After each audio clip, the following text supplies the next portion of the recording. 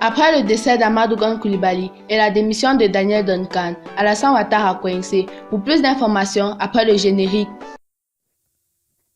Avant de commencer, abonnez-vous à la chaîne et activez la cloche de notification car cela va vous permettre de ne plus manquer les prochaines vidéos. Let's go!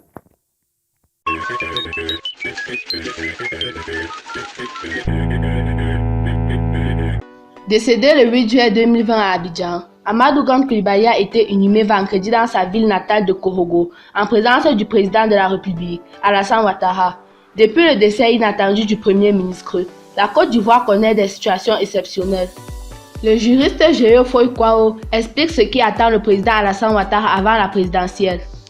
Le chef de l'État ivoirien, Alassane Ouattara, a informé lundi 13 juillet avoir signé depuis le mercredi 8 juillet un décret mettant fin à la fonction de Daniel Duncan à la vice-présidence de la République. Ce décret faisant lui-même suite à la lettre de démission du concerné en date du 27 février 2020.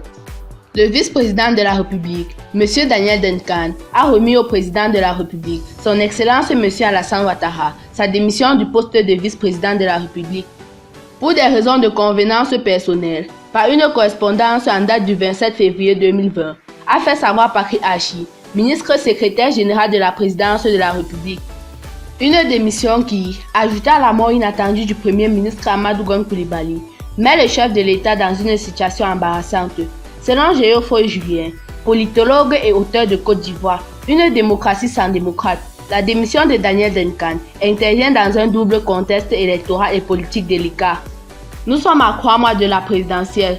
Le départ de M. Duncan pourra fragiliser la dynamique électorale du RHDP dans le sud-est du pays. Ensuite, avec le décès du Premier ministre, l'exécutif ivoirien a désormais une seule tête.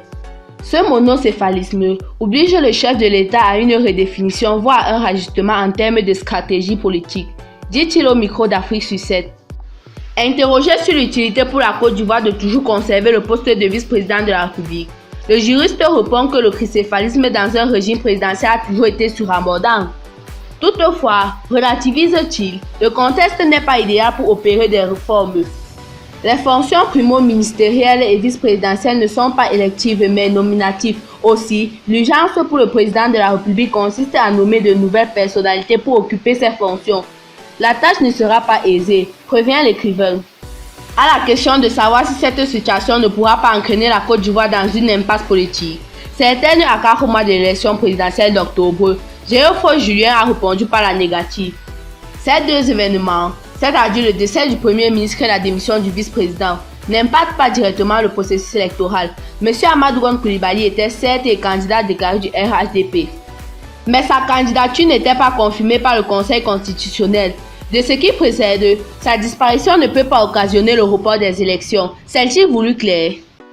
Après l'inhumation d'Amadou Gon Coulibaly, vendredi 17 juillet, la Côte d'Ivoire attend la nomination de son tout nouveau Premier ministre. Selon nos informations, celle-ci devrait se faire dès le lundi 20 juillet.